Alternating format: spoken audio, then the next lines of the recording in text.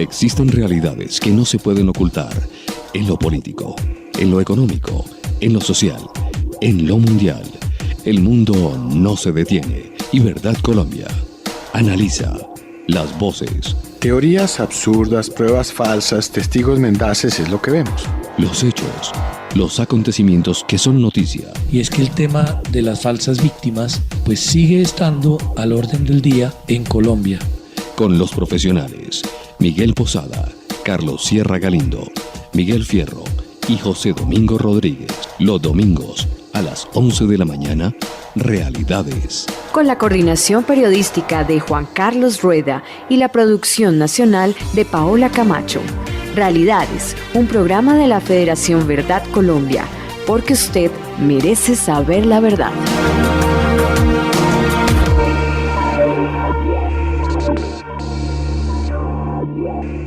Señoras y señores, un gusto saludarlos como cada 8 días a través de la cadena RCN de Colombia y su sistema de emisoras Radio Red. Un abrazo grande para todos ustedes. Bienvenidos a Realidades, el programa de la Federación Verdad Colombia. Análisis y muchas reflexiones es lo que tenemos en este programa. Me acompaña en la presentación, como es habitual, Paolita Camacho, nuestra productora nacional. Paolita, ¿cómo vamos? Un feliz domingo. Un feliz domingo para usted, Juan Carlos, y para todos nuestros oyentes que se conectan a esta hora con Realidades. Bueno, entremos en materia, mi querida Paolita. La visita a Nueva York del presidente Santos lo llevó precisamente a uno de los diarios más importantes, de The Wall Street Journal.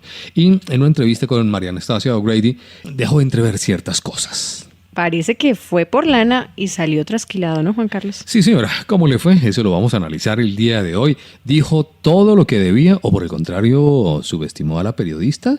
Lo cierto es que en este artículo se puede vislumbrar que hay graves faltas a la verdad por parte del presidente Santos. ¿Qué le preguntó María Anastasia? ¿Qué le preguntó la periodista? Sí, hoy analizaremos apartes, como dices tú, Paolita, de esa entrevista. Otro tema importante, mi querida Paolita, que no podemos dejar pasar, es el tema de las vacunas. Y no propiamente tiene que ver con la de la gripa, ¿no?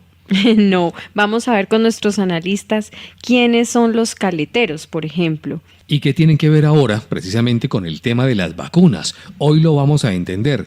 Las FARC, básicamente en un documento encontrado en ciertos computadores que les vamos a contar más adelante, dejan entrever cómo y de cuánto serán las vacunas. Parece que los diálogos de paz no están deteniendo el crimen, sino por el contrario lo están aumentando.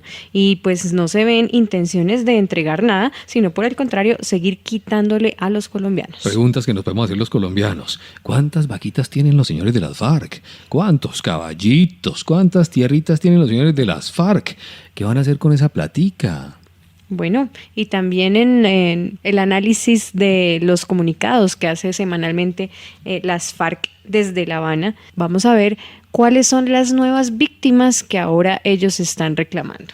Claro que sí. En la entrevista de la semana tenemos un personaje muy pero muy importante, Paolita. Sí, se trata del brigadier general Fernando Fernández, viene de Puerto Rico y pues estuvo aquí en el marco de un congreso internacional de oficiales de la Reserva y pues nos va a comentar cuál ha sido, digamos, el papel en todo este conflicto en el Medio Oriente, todas sus experiencias, su trayectoria, pues que es bastante amplia y bueno, nos va a contar también de cómo ha visto a las fuerzas militares y a la Reserva de Colombia. Es importante tener la apreciación también de un gran profesional en este campo precisamente. Hacemos un pequeño giro y vamos a ver qué pasa también en Brasil, en el hermano país de Brasil. La señora Dilma no la tiene fácil. Este y otros temas estaremos desarrollando el día de hoy, pero invitemos a la familia de Realidades, Paolita, para que entren y nos visiten a las redes. Por supuesto, no olviden visitarnos en www.verdadcolombia.org, donde usted sabe que puede encontrar los artículos y el análisis de la actualidad nacional e internacional. También no olvide seguirnos en nuestras redes sociales Facebook, Twitter, Google+, y su @verdadcolombia. Señoras y señores, bienvenidos a Realidades. En la vida todo puede ser interrumpido. La educación de sus hijos no. Seguros Bolívar lanza Educación Total Bolívar, donde además de ahorrar, usted asegura la educación de sus hijos. Otro producto Seguros Bolívar. Tranquilidad para ti y tu familia. Vigilado Superintendencia Financiera de Colombia. Por motivos de seguridad, le informamos a la terna arbitral que su evacuación del estadio se hará en el carro de color rojo con placas RFZ 840 que los estará esperando en el sector norte. En estos momentos, su dinero puede estar en el lugar equivocado. Tráigalo. Da Vivienda. Vigilado Superintendencia Financiera de Colombia. En Realidades, el editorial de la semana, el análisis profundo del acontecer nacional e internacional, con Miguel Posada Samper. Durante su visita a Nueva York hace unos días, al asistir a la Asamblea General de Naciones Unidas, el presidente Santos visitó el influyente periódico Wall Street Journal.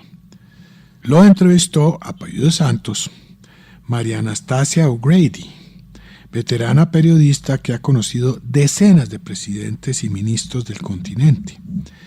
Es una juiciosa observadora de América Latina y tiene contactos en todos los países con quienes puede corroborar información y recaudar apreciaciones muy variadas.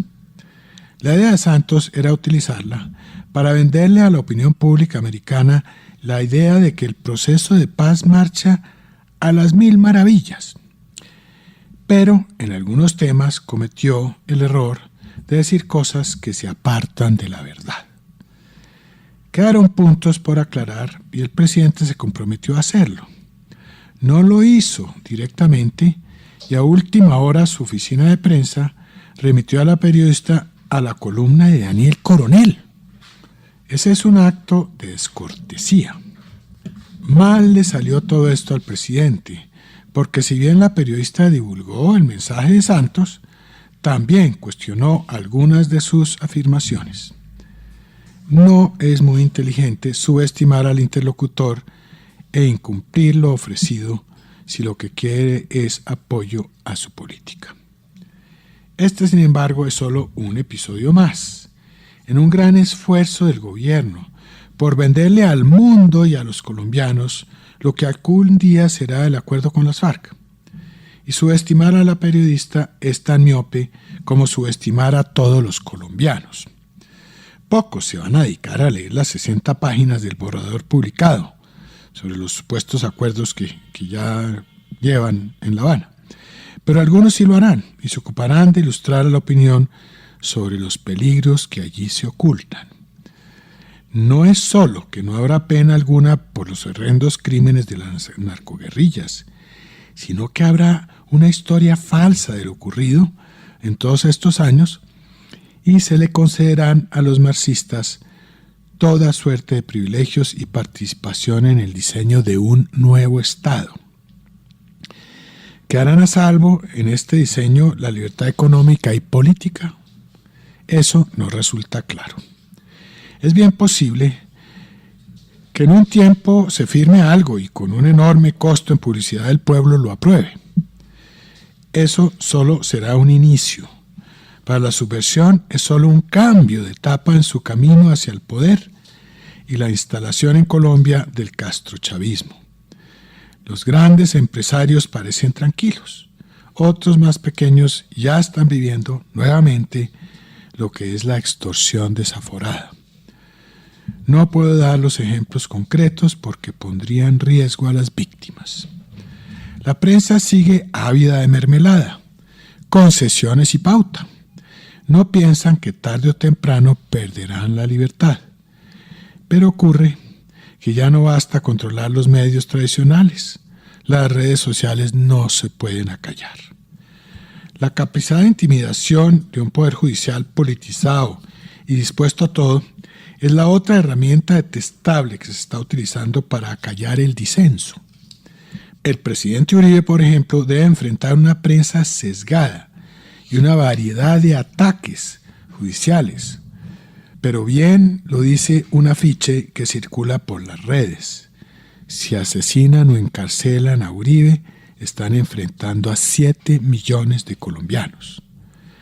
Le recomendamos a Santos leer nuevamente el discurso con el que él nos anunció el inicio de las negociaciones de La Habana.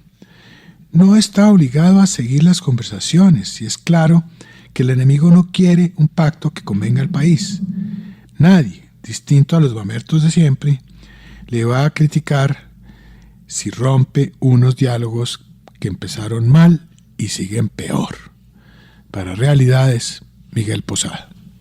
Con relación a ese artículo que usted menciona, doctor Miguel, yo quisiera destacar algunos apartes.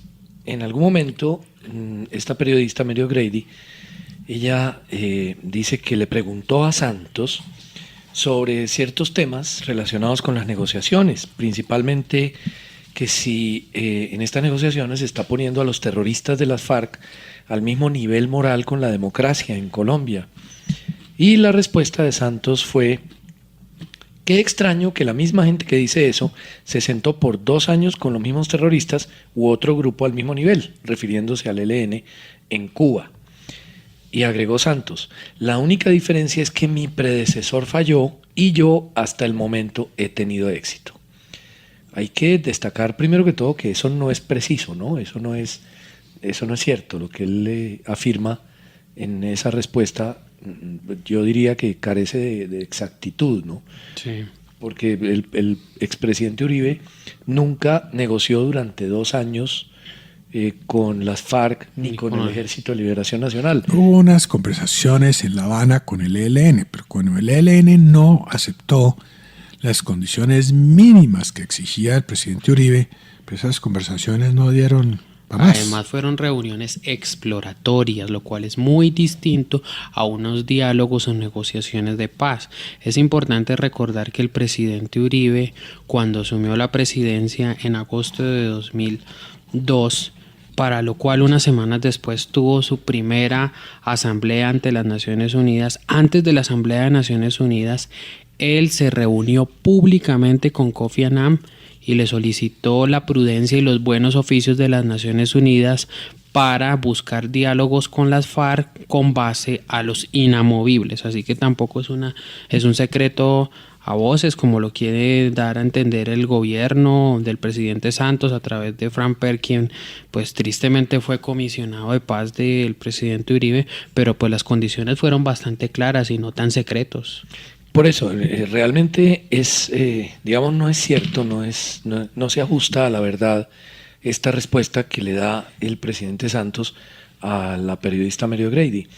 Pero más adelante, en su artículo, Mary O'Grady comenta un escrito de María Isabel Rueda, publicado en el diario El Tiempo, a final del mes pasado, el mes de septiembre, en el cual pues cuestiona también el hecho de que Santos esté diciendo que a él sí le están funcionando las cosas.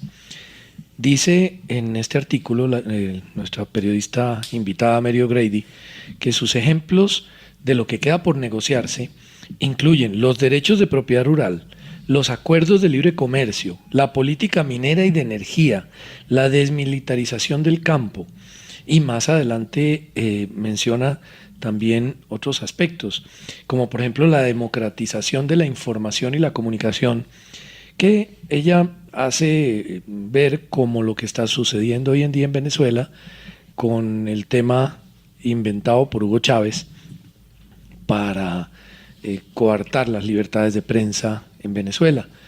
Pero también pues menciona lo de la suspensión total de la fumigación, una serie de aspectos que María Isabel Rueda toca en su artículo y Mary O'Grady está replicando allá en el escrito que ella hace, haciendo referencia a sus preguntas que le contestó el presidente Santos de una manera pues que ella define abiertamente como faltas a la verdad, digamos, como no totalmente ajustadas a la realidad.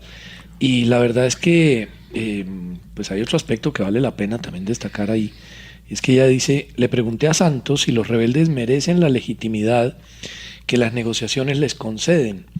¿Cuál sería la alternativa? Respondió: no negociar y continuar viviendo con el terrorismo y otros 50 años de guerra. Eso destaca ella dentro de las respuestas del presidente Santos, que ya pues abiertamente nos dan a Pero conocer. Mire, doctor Sierra, cómo es de dinámica la política. Ustedes recuerdan hace algo más de 4 años que en la campaña presidencial de Juan Manuel Santos manifestaba él como candidato del uribismo que él sí se sentaría a negociar con las FARC, pero con base a los inamovibles del presidente Uribe. Y vea hoy cómo están las cosas. Pues por eso precisamente termina su artículo Mary O'Grady diciendo, eso sugiere a algunos que los terroristas tienen al gobierno justo donde lo quieren.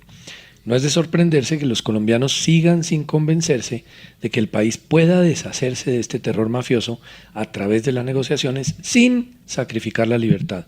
Es muy diciente, muy claro el artículo de Mary O'Grady que, bueno, pues circula en los principales diarios de Estados Unidos, ¿no? Sí, Santos fue por lana y salió trasquilado, se llama esa figura.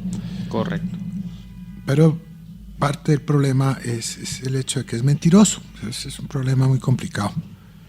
Dice mentiritas, entonces así no se puede. Y yo creo que él no entiende que en otros países, que no sean latinoamericanos, o no sé, otros países del tercer mundo, la veracidad es un valor muy apreciado, esperado, exigido. Aquí se dicen mentiras y al otro día no pasa nada. No, allá decir mentiras es complicado. Esta periodista solicitó y le fue enviado el discurso donde Santos anuncia el proceso de paz. Porque ahora que estuvo en Nueva York, le dijo a esta periodista, eso no lo comenta ella en su artículo, que él aspiraba que fueran meses y no años, que era como un deseo, no era algo que él prometía. Sí, que era un proceso de paz express. Pero viendo uno el discurso en el cual lo anuncia, él prácticamente promete que no va a ser un proceso de años sino de meses, muy tajantemente. ¿Para qué dice mentiras? Si él dice, mire, yo esperaba que fuera más corto, es más largo, pero voy a tener éxito. Bueno, eso pasa, eso es normal. Pero dice mentiras, entonces eso cae mal en el exterior, esas cosas no funcionan bien. Además, para el sensacionalismo, no sería cierto ni congruente lo que dice el presidente Santos, que su proceso de paz ha sido el que más avances ha logrado para el país y para los sectores con los cuales se está negociando. A pesar de que el Caguán tuvo un costo político muy, muy grande para el país, pero que sirvió para desenmascarar a las FARC y de alguna manera unir al país para legitimar aún más al Estado para la lucha frontal con determinación contra el terrorismo, pues en el proceso de paz del presidente Pastrana, en cuanto a resultados por lo menos sensacionalistas, pues uno ve más aciertos que en el del presidente Juan Manuel Santos. Por lo menos en el Caguán hubo un acuerdo humanitario que puso felices a algunas familias y demás, pero ¿qué motivo ha traído estos 3 puntos que se han firmado para el país, que el país diga estamos felices? Pues realmente ninguno. Que se acabó el narcotráfico con la firma del tercer punto. ¿Será que ya no hay cocaína, ya no hay cultivos ilícitos? No, ni es nada? que corregir, no se acabó el narcotráfico, se acabó la fumigación y la erradicación, que es distinto. Es al revés. Ahora, si usted, y eso está implícito ahí, si usted le erradica o fumiga la coca, tiene que indemnizar al campesino. O sea, se vuelve un problema del Estado fumigar y no del narcotraficante. Pero sí, esto es muy triste. Hoy hay otro artículo muy interesante en un periodista antioqueño que habla de cómo este tema de las comisiones, cosa que hemos comentado aquí, la comisión para esto, otra comisión para no sé qué, están suplantando al Congreso. Ya esto se va a gobernar por un poco de comisiones que nadie sabe quién las integra. Darío Acevedo Carmona es quien comenta esto. Entonces, esto en el que estamos es una situación de alto peligro para el país, de alto peligro para la democracia. La gente no está creyendo. Metieron a los empresarios a través de la ANDI. Recordemos que en este momento el presidente de la ANDI era un funcionario del gobierno y prácticamente lo impuso en la presidencia de la ANDI el presidente.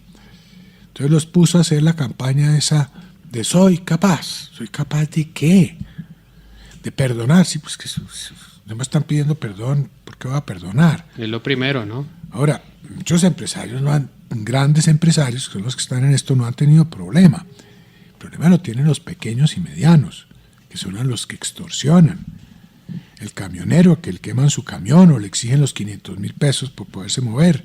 Todo eso que estamos viendo. Ese esquema de vacunación como que ha vuelto, ¿no, doctor Sierra? Sí, doctor Fierro, en nuestra siguiente sección, en Actualidad del Conflicto, vamos a hacer un análisis detallado de ese tema y por qué en este momento ha regresado el tema de las vacunas, de la extorsión en Colombia, y que podríamos también tener en cuenta que se debe un poco a este mismo tema del cual hemos venido hablando. En Radio Red de RCN La Radio. Realidades, porque usted merece saber la verdad. 50 años de conflicto en Colombia merecen un análisis profundo con Carlos Sierra Galindo. Caleteros es el nombre que reciben los guerrilleros que se encargan de enterrar las fortunas de las FARC. Como algunos de ellos han muerto en combates y se han llevado sus secretos a la tumba, pues la guerrilla ha perdido millones de dólares con ellos. Están adelantando búsquedas permanentes de los sitios donde deben estar las caletas, pero parece que estos hombres hacían muy bien su trabajo y no han podido encontrar nada y muy probablemente no van a lograr encontrarlo. Lo anterior ayuda a explicar la situación de violencia que se comenzó a vivir recientemente en algunas regiones del país. En Putumayo, las FARC han derramado el crudo que se transporta en camiones. Estas noticias han sido ya registradas aquí en nuestro programa Realidades en emisiones anteriores. Recientemente en Tarazá, en Antioquia, fueron quemadas 10 tractomulas. Todo esto obedece a la política de extorsión que ordenaron los principales cabecillas de las FARC en un documento titulado El Pleno Ampliado del Bloque Sur. Este documento se conoció luego de analizar los computadores de Antonio Lozada y de alias Mauricio el Médico, encontrados por la fuerza pública en la operación Raudales contra el Frente Séptimo. Esto sucedió a comienzos del presente año. Veamos lo que ha sido revelado gracias a este documento que se pudo encontrar y que se pudo analizar de esos computadores, de los cabecillas de las FARC.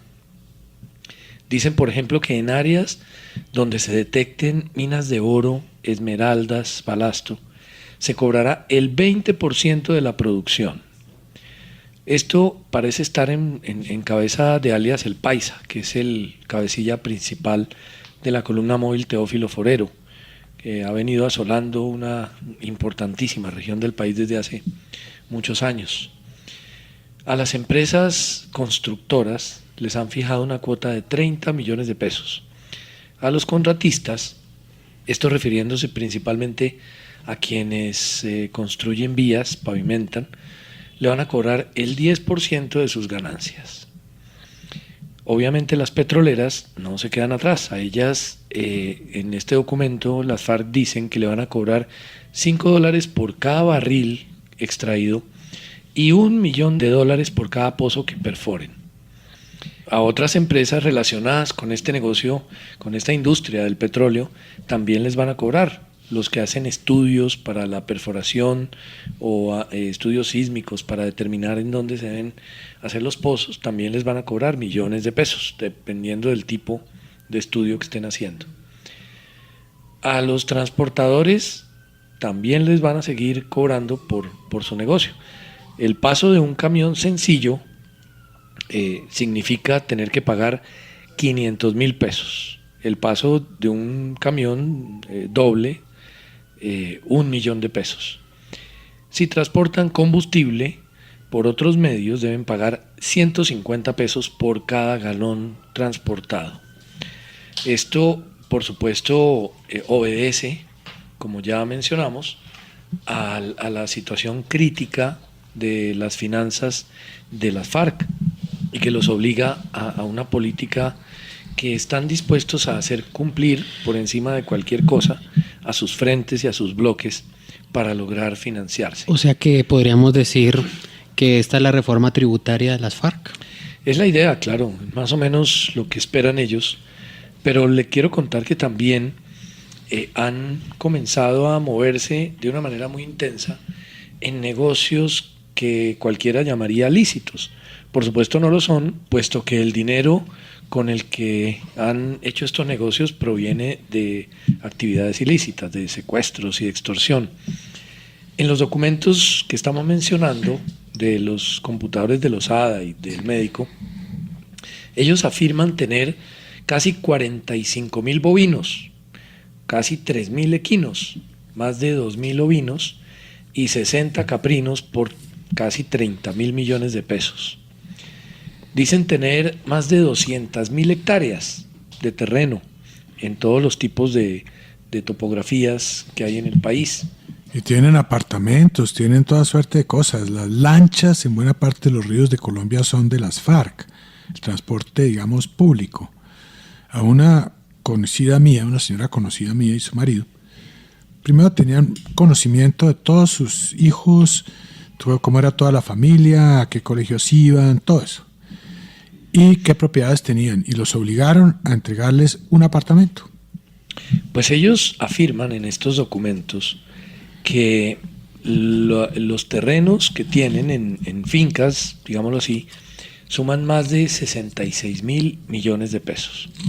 Y además, eso que usted dice, casas, maquinaria, tractores y otros elementos, dicen ellos, valen más de 96.000 millones de pesos. Esto lo que quiere decir es que hay una fortuna realmente en los activos, en los bienes que tienen las FARC, que, como ya dijimos, aparentarían ser legítimos, pero son habidos obviamente con dineros pues de mala procedencia, por lo tanto no se pueden considerar legales. La pregunta que vale la pena analizar ahí, contestarnos y analizar aquí para nuestros oyentes es: ¿ellos van a utilizar ese dinero para resarcir, para compensar a las víctimas que durante tantos años ha producido el terrorismo en Colombia? Hasta ahora lo que se ha hablado en La Habana no dice nada de esto. No afirma que las FARC tengan que ninguna intención de entregar nada. Nada van a entregar. Es más, nos va a tocar darles más plata. Ese es el tema. Es que esto y las víctimas van a ser reparadas, pero con el erario público. Con el erario público, o sea, con dinero de todos los colombianos. Tampoco es de Santos, no, es de todos los colombianos. Por eso hay una reforma tributaria en curso.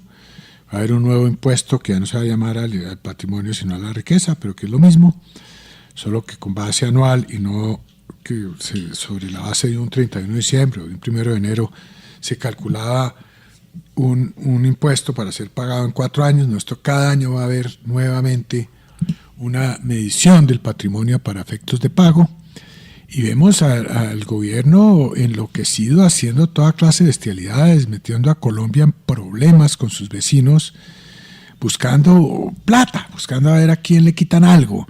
Todo esto que pasó con Panamá, de declararlo paraíso fiscal, nos va a generar muchos problemas. Eso no es gratis. Panamá no es un país que sea bobo o tonto. Ellos también van a tomar medidas. Todo esto es para coger los 7 gatos colombianos que tienen allá una cuentica, a ver si les quitan la plata. En eso anda Juanpa. Eso para poder financiar todo lo que viene asociado a la paz de La Habana. Pues sobre este tema, que vale la pena analizar mucho más, hablaremos luego de una pausa. En Realidades, una pausa y ya regresamos.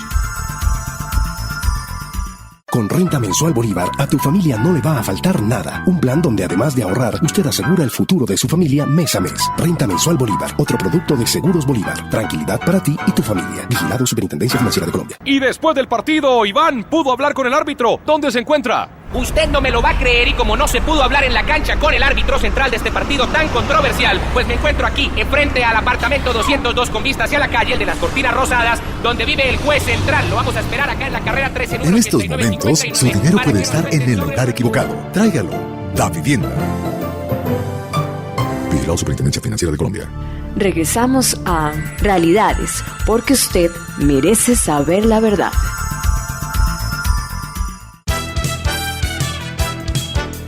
En Realidades, Verdad Colombia examina y analiza los temas que hacen noticia en Colombia y en el mundo. Continuamos en Realidades comentando los correos electrónicos que se cruzaron cabecillas de las FARC y que fueron hallados en computadores pertenecientes al séptimo frente de ese grupo terrorista en desarrollo de la operación Raudales a comienzos de este año en el departamento del Meta. Pues en esos computadores y en esos correos se encontraron frases sorpresivas que se cruzan entre estos cabecillas, como por ejemplo que las FARC está ahora fiando material de guerra y droga, precisamente como consecuencia de la dura situación económica que viven algunos de sus frentes.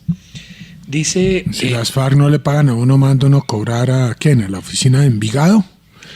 Bueno, o lo reportan en Datacrédito, no creo. Y como ya mencionamos en la primera parte de nuestro programa, esta dura situación económica ha llevado a las FARC a un recrudecimiento del secuestro, de la extorsión y también de intensificar sus actividades, entre comillas, legítimas. Realmente no son legítimas, pues el dinero con el cual han adquirido estas inversiones proviene de secuestros y de extorsión. En estos correos, por ejemplo, dice que autorizan a Romaña para que siga explorando la venta de coltán y de tungsteno.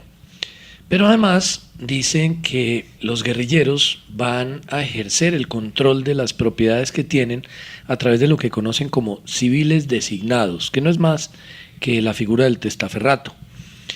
Cuando hay un bien que resulta, entre comillas, quemado, o sea, que se identifica como propiedad de las FARC, ellos ordenan buscar medios para legalizarlo, venderlo y reinvertir ese dinero en algo que sea rentable y que tenga además el mismo aspecto de legalidad.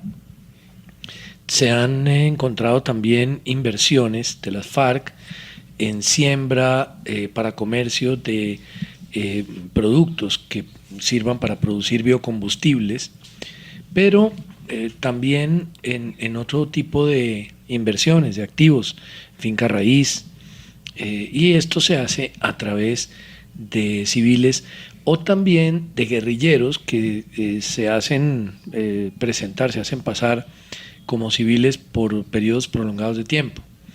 Estos tienen orden de no permanecer más de lo necesario en los predios que son propiedad de las FARC y en ningún momento se deben presentar como guerrilleros cuando visitan sus bienes. Por este motivo, la clandestinidad es fundamental para las FARC en el desarrollo de estas actividades.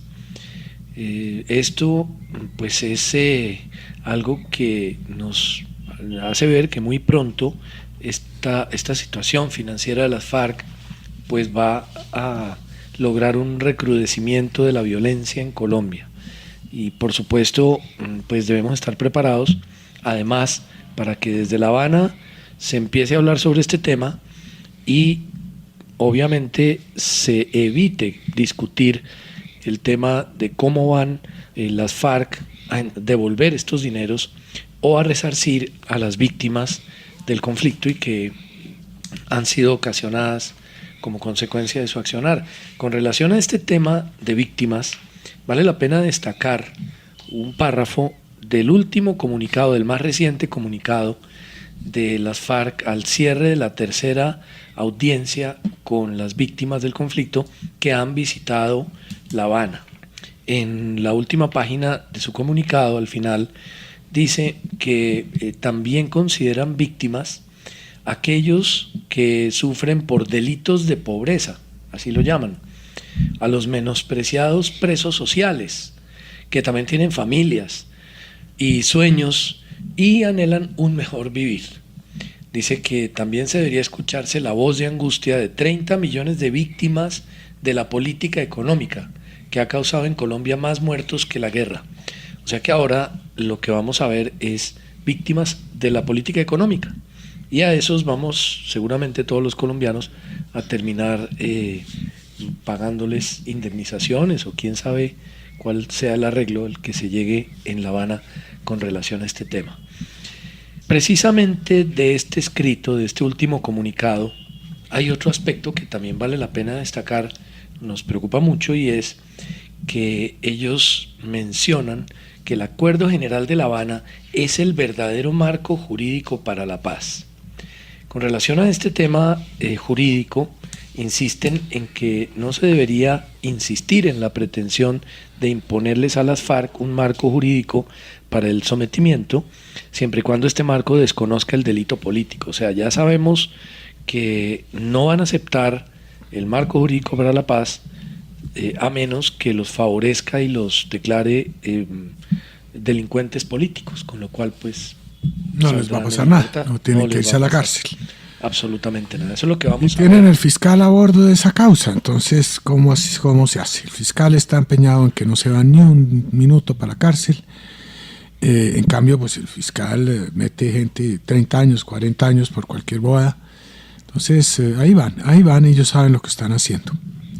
Sí, es algo muy curioso que en este mismo momento tanto el gobierno como las FARC, cuando la paz está de un cacho, como dice el presidente Santos, pues los dos están buscando nuevos recursos, ¿no? El gobierno presenta una reforma tributaria que para la paz, que para ser más sostenible, que para lo del impuesto al patrimonio, ahora como usted bien lo reseñaba, tocayo, ahora impuesto para la guerra y demás. Entonces, bueno, vemos muchísimas cosas que no son claras, de que hay todo y nada a la vez en la mesa de negociación en cuanto a reparación de víctimas, de dónde va a salir la plata. Eso sí está claro, que va a salir del pecunio de los colombianos, pero la gran pregunta es, ¿las FARC renunciarán a esas grandes sumas de dinero que reciben mensualmente a costa del narcotráfico, a cuenta de las extorsiones y demás para someterse a un régimen democrático cuando la democracia en esta ellos han sido su verdugo?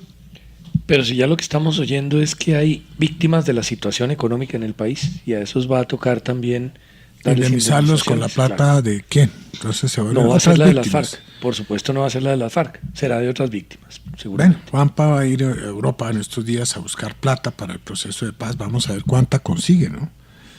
Vamos a ver cuánta consigue con una Europa que está también en graves problemas económicos.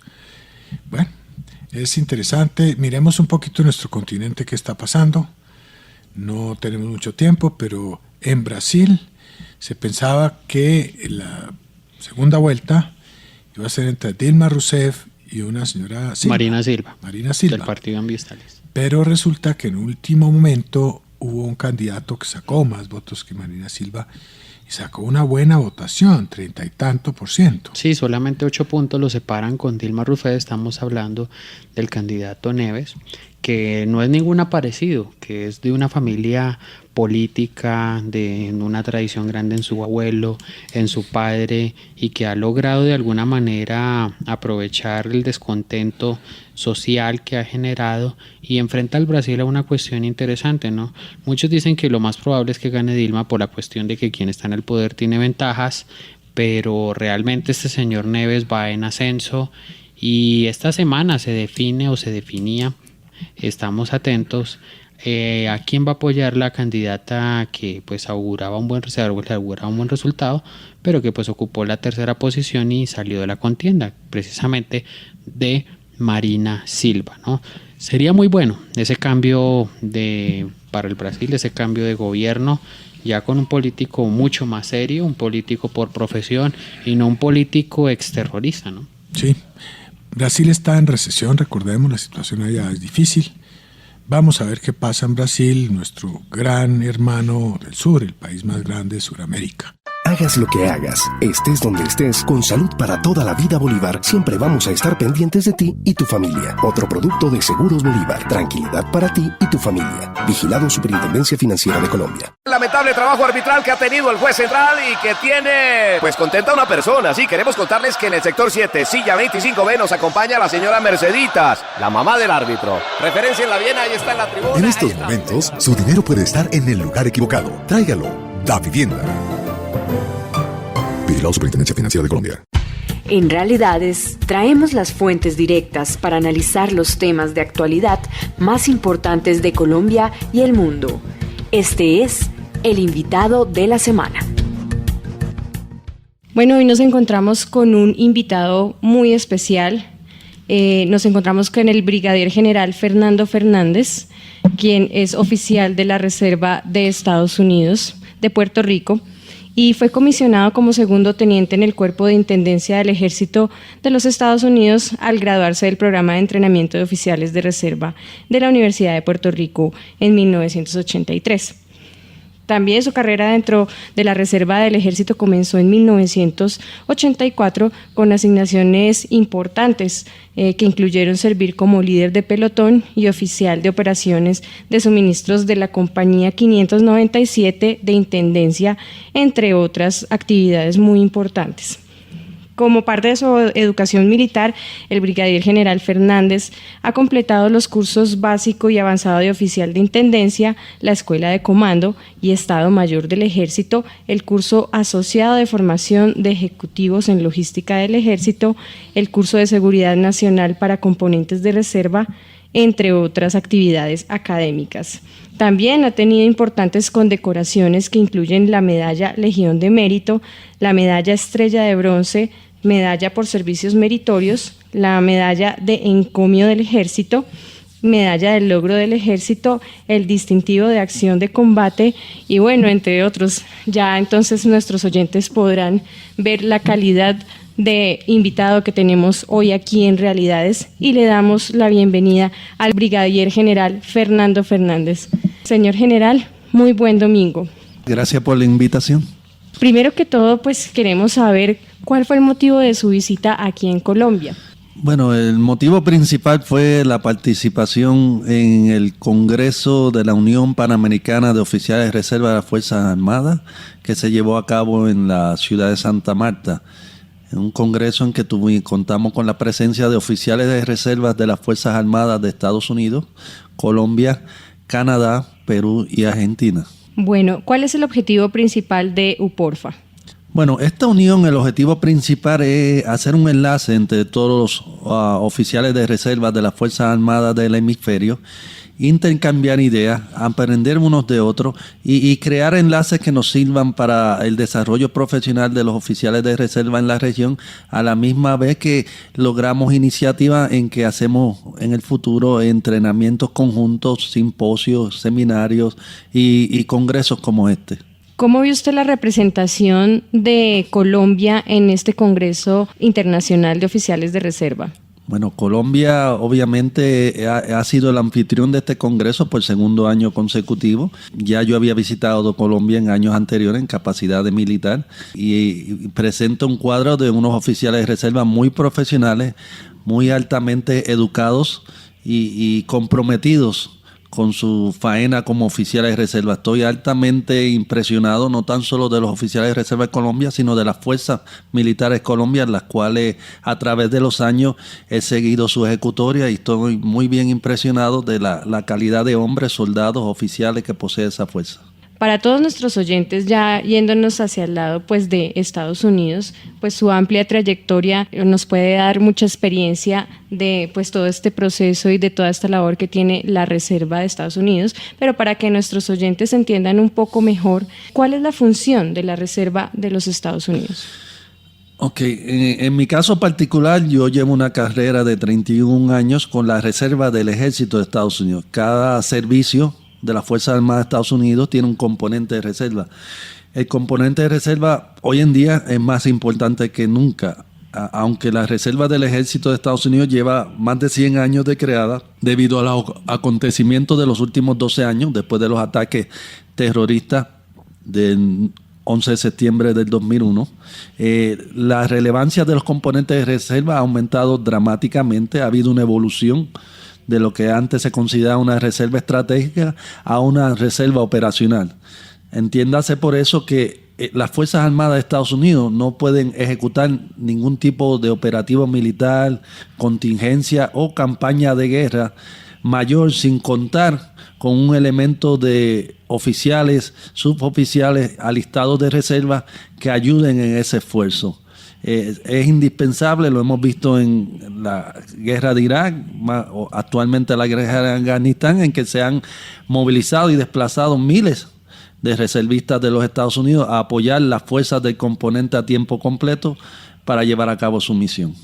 ¿Cuál ha sido el proceso que ha tenido la Reserva Norteamericana en este proceso de movilizaciones? Bueno, ha habido una evolución en el proceso de movilizar las reservas de las Fuerzas Armadas de Estados Unidos, un cambio de 180 grados, debido al volumen de miembros de esa fuerza que han tenido que ser desplazados a apoyar en el pasado la guerra en Irak y actualmente el conflicto que continúa en Afganistán. Esto se había hecho en el pasado, recordemos la primera guerra del Golfo Pérsico, 1990-91, ya se habían movilizado reservistas y se habían desplazado a ese teatro de guerra, pero actualmente, debido a lo largo de estos conflictos, se ha tenido que reestructurar y reorganizar la reserva para convertirla en una fuerza que es capaz de responder a esta necesidad de las Fuerzas Armadas de Estados Unidos de llevar a cabo una gesta de tan larga duración en Irak y en Afganistán. Aproximadamente, ¿cuántos oficiales de reserva cuenta hoy en día las fuerzas militares estadounidenses? Un número aproximado. Bueno, es un número no tengo el número exacto, pero son miles de oficiales. Ejemplo, mi antiguo comando en Puerto Rico teníamos sobre 3,000 oficiales. Cada unidad de reserva, en promedio, una compañía típica de reserva son de 100 a 120 reservistas y cuenta con un 10% de esa fuerza, normalmente son oficiales, de 6 a 10 oficiales por unidad. Estamos hablando de un número que excede los 20,000, 25,000 oficiales a través de la nación. Una fuerza de reserva total, contando suboficiales y alistados, que numeran 196,000. 15-20% de esa fuerza van a ser oficiales. General Fernández, cuéntenos acerca de su experiencia como director de logística para el comando de la guarnición del complejo de la base Victory en Irak. Bueno, tuvimos una experiencia única sirviendo con una unidad de Puerto Rico. En Puerto Rico existe un comando de la Reserva del Ejército de Estados Unidos que lleva más de 90 años organizado, establecido en la isla de Puerto Rico, la cual es un territorio de Estados Unidos, y los puertorriqueños somos ciudadanos estadounidenses por nacimiento y podemos servir en las Fuerzas Armadas de Estados Unidos. Tuvimos el honor de servir con un destacamento de cuarteles de una brigada de apoyo logístico. Se nos asignó la misión de ser la primera guarnición, el primer cuartel de guarnición a cargo del complejo de la base Victoria en la ciudad de Bagdad, en Irak, específicamente al lado del aeropuerto internacional de Bagdad. Una experiencia algo difícil, en el sentido que en el año que servimos allá, 2004 al 2005, todavía seguía esa base bajo fuego enemigo intenso. Todos los días nos atacaban con fuego de mortero, fuego de misiles. Tuvimos experiencia de miembros de nuestro destacamento que tenían que salir a patrullar el perímetro, que fueron también blancos de ataques de fuego de armas livianas. Gracias a Dios no hubo ningún herido de nuestra unidad, pero lamentablemente otra unidad de reservistas de puertorriqueños que se encontraban allá tuvieron una baja. Uno de sus suboficiales falleció como causa de un ataque con morteros. Una experiencia única, ya que era una actividad muy grande. Esa base contaba con una población alrededor de 30,000 miembros, incluyendo no tan solo los soldados de las Fuerzas Armadas de Estados Unidos, había soldados, miembros, naciones de la coalición de diferentes partes del mundo. Tuvimos la oportunidad de interactuar con soldados de Italia, de Japón, hasta de Mongolia, y igualmente un número de empleados civiles de diferentes agencias del gobierno federal de Estados Unidos y de entidades no gubernamentales también. Era una misión en que le proveíamos apoyo logístico, velábamos porque la base, el complejo de la base fuera funcional, que los soldados que combatían fuera de la base tuvieran sus suministros a tiempo, tuvieran comida, agua, un lugar donde descansar, combustible para sus equipos fueran reparados. Era una operación logística algo compleja. A la misma vez manejábamos media docena de campamentos dentro de esa base, en lo que nosotros llamábamos unos tipos de alcaldía. Teníamos unas células que eran como los alcaldes del campamento donde se residían las unidades de combate, los batallones y brigadas de infantería y de caballería liviana. Y esa célula que la proveía nuestra unidad de apoyo logístico tenía un oficial normalmente de rango mayor o teniente coronel, que fungía la misión de ser casi el alcalde. Se aseguraba de que la base estuviera en funcionamiento, los comedores estuvieran funcionando, hubiera servicio de agua, combustible, etcétera. Una misión algo compleja que no era la misión doctrinal de nosotros, pero como buenos militares nos supimos adaptar y al final fuimos muy exitosos. Correcto. ¿Cuál es la participación o qué participación tienen hoy en día pues la Reserva de Estados Unidos en todo este conflicto que ha habido en Medio Oriente? Bueno, la Reserva sigue siendo un complemento muy importante del componente regular a tiempo completo del ejército. Como mencioné anteriormente, es imposible para las Fuerzas Armadas de Estados Unidos ejecutar cualquier tipo de desplazamiento, contingencia o operación mayor bélica sin contar con el apoyo de los elementos de la Reserva. Actualmente continuamos apoyando el teatro de guerra en Afganistán. Hay unidades de la Reserva del Ejército desplegadas allá.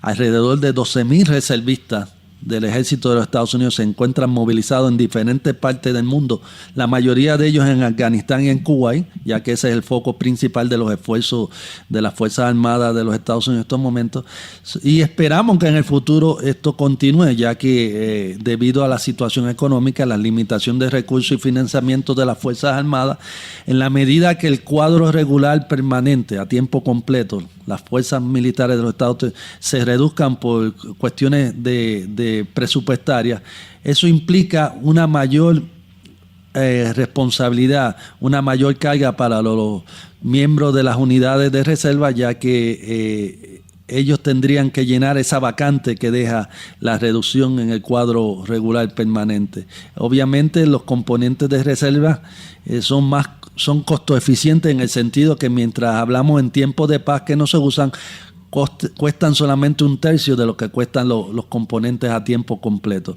Ahí hay un beneficio económico que es muy atractivo, no tan solo al gobierno de los Estados Unidos, sino a otras naciones que quieran emular ese sistema.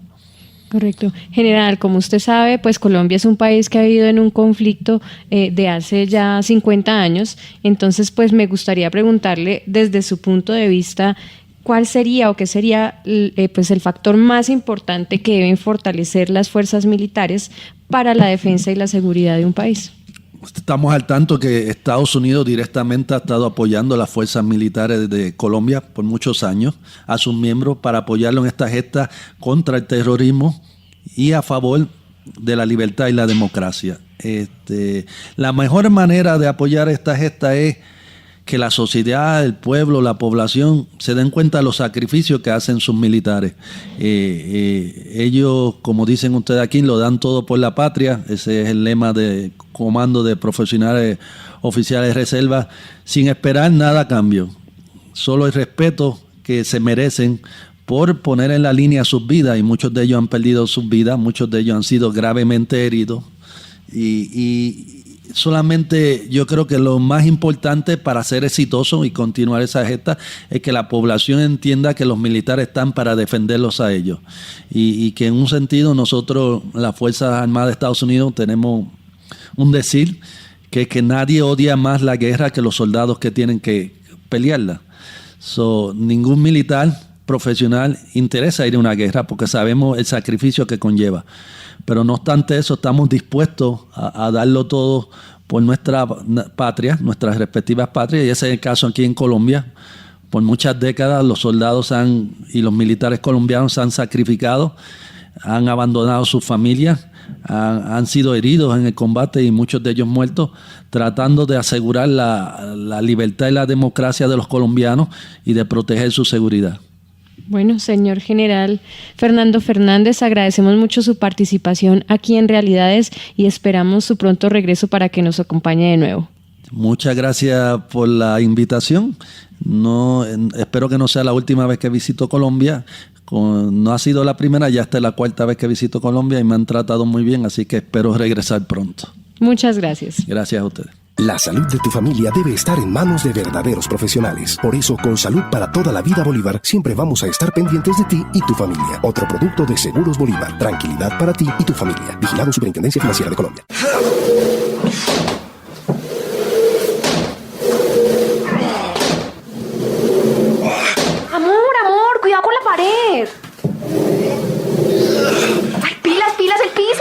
cuidado con el piso. Yo sé.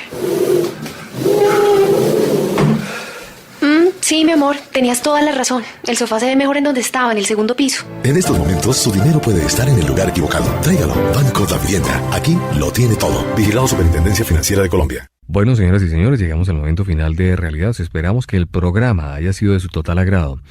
Agradecerles de verdad que nos hayan acompañado a todos ustedes, a las diferentes ciudades que se conectan con nosotros. A esta hora, un abrazo muy, pero muy grande y muy especial. El próximo domingo, temas, invitados, análisis, reflexión con nuestros profesionales de Verdad Colombia. Feliz semana para todos. En 8 días, nuevamente Realidades, con el análisis crítico de nuestros profesionales. Síganos en nuestras redes sociales, Facebook y Twitter, @Verdad Colombia, y en el ciberespacio a través de www.verdadcolombia.org. Realidades, un programa de la Federación Verdad Colombia, porque usted merece saber la verdad.